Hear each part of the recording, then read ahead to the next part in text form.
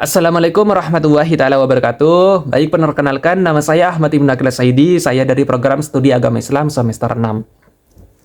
Jadi kesempatan kali ini saya akan membahas atau mereview materi yang telah dijelaskan oleh Bapak Mat Sahi mengenai listening dan juga critical thinking dalam public speaker. Ini sangat penting sekali karena listening ini itu adalah kemampuan mendengarkan secara seksama. Artinya dalam public speaking ini seorang pembicara atau seorang komunikator ini harus mempunyai kemampuan listening dan juga kemampuan critical thinking.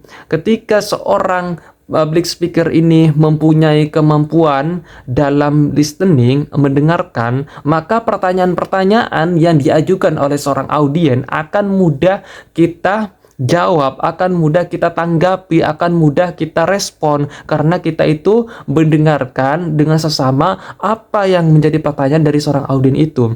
Jadi saya akan memberikan peran atau menjelaskan peran penting dalam listening dalam public speaking. Yang pertama yaitu adalah perannya yaitu adalah memahami audiens. Dengan listening ini, dengan keterampilan listening ini, maka seorang komunikator atau seorang pembicara itu akan dapat memahami audiens. Karena sebelum kita berbicara di depan umum, kita harus memahami audiens seperti apa yang akan mendengarkan kita. Kita harus tahu seperti apa tipenya audiensnya. Oleh karena itu kita harus benar-benar mengetahui tipe audiensnya itu seperti apa agar pesan yang disampaikan itu benar-benar tersampaikan dengan mudah.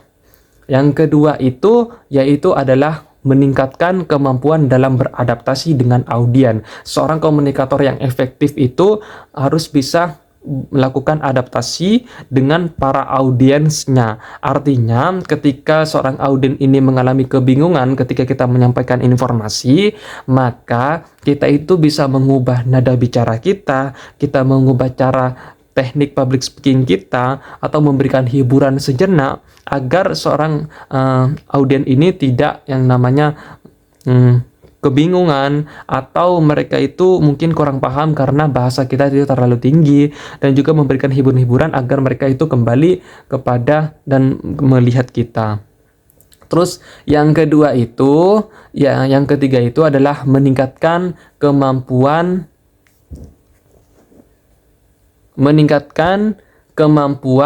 dalam sesi tanya jawab. Nah, dengan kemampuan atau keterampilan listening yang dimiliki oleh seorang komunikator di sini, ini sangat membantu dalam merespon, dalam melihat apa yang menjadi pertanyaan dari seorang audiens. Nah, dengan begitu, maka seorang komunikator ini akan sangat mudah memberikan pertanyaan sesuai dengan apa yang dimaksud oleh seorang audiens yang ingin bertanya tersebut.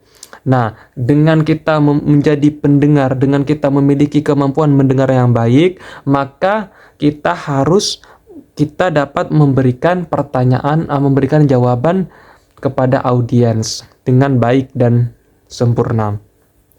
Terus yang keempat itu adalah meningkatkan koneksi yang baik dengan audiens. Nah, ketika kita berbicara di depan umum, kontak mata kita ini sangatlah penting untuk membangun koneksi lebih dekat lagi dengan audiens, membangun koneksi yang sangat dekat dengan para audiens, antara seorang komunikator dengan audiens, sehingga terciptalah kenyamanan di dalam public speaking tersebut. Terus yang kelima atau terakhir adalah menghindari kesalahpahaman. Artinya ketika kita itu memberikan informasi itu, ini bagaimana agar informasi itu tidak terjadinya suatu kesalahpahaman antara seorang audiens dan juga seorang komunikator.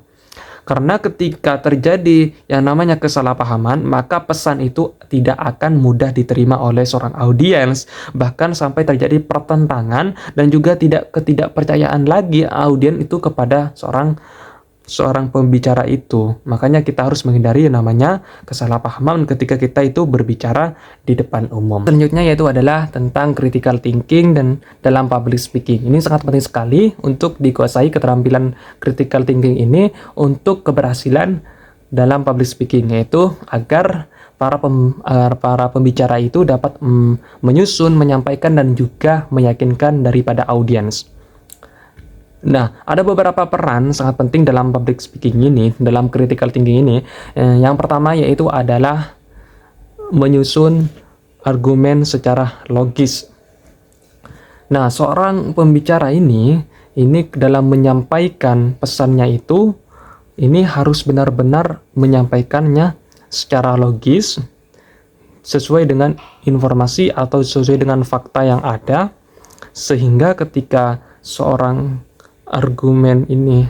ketika pendapat ini disampaikan, maka akan mudah diterima oleh para audiens. Selain itu juga harus memperhatikan kebutuhan apa yang menjadi dari audiens itu sendiri. Terus yang kedua yaitu adalah memahami audiens. Sebelum seorang pembicara itu menyampaikan informasi di depan audiens, perlu diperhatikan tipe audiensnya itu seperti apa, kebutuhannya itu seperti apa, maunya itu seperti apa, dan juga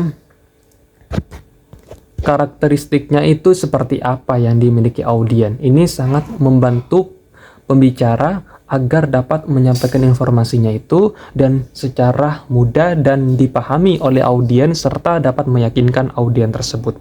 Yang ketiga yaitu adalah mengevaluasi sumber informasi atau mengevaluasi sumber argumen tersebut. Nah, ketika kita menyampaikan informasi, jelas kita itu pasti ada yang namanya mengutip dari pendapat orang lain, dari sumber orang lain.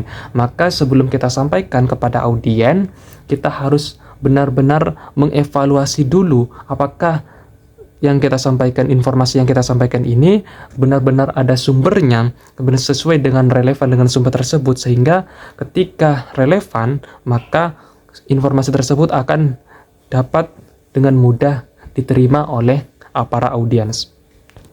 Terus yang keempat itu adalah mengatasi kontra argumen. Artinya, seorang pembicara yang baik itu harus mempersiapkan jawaban-jawaban yang akan terjadi daripada audiens. Pertanyaan yang diajukan atau bantahan-bantahan audiens harus kita prediksi terlebih dahulu sebelum kita melakukan public speaking. Itu dengan kemampuan critical thinking di sini atau berpikiran positif atau berpikiran kritis, ini akan mempermudah kita untuk menjawab pertanyaan-pertanyaan tersebut dan juga memprediksi bantahan apa yang akan diberikan oleh seorang audiens. Terus yang kelima atau yang terakhir di situ adalah berpikir cepat dan juga adaptif. Artinya, ketika ada pertanyaan dari audiens, pembicara ini dapat menjawab dengan cepat dan sesuai. Nah, ini karena juga pendapat atau kita sudah menemukan jawaban-jawabannya itu dengan berpikiran kritis, maka kita juga akan tenang, akan berpikir jernih ketika menghadapi pertanyaan-pertanyaan yang sangat sulit yang diberikan oleh para audiens.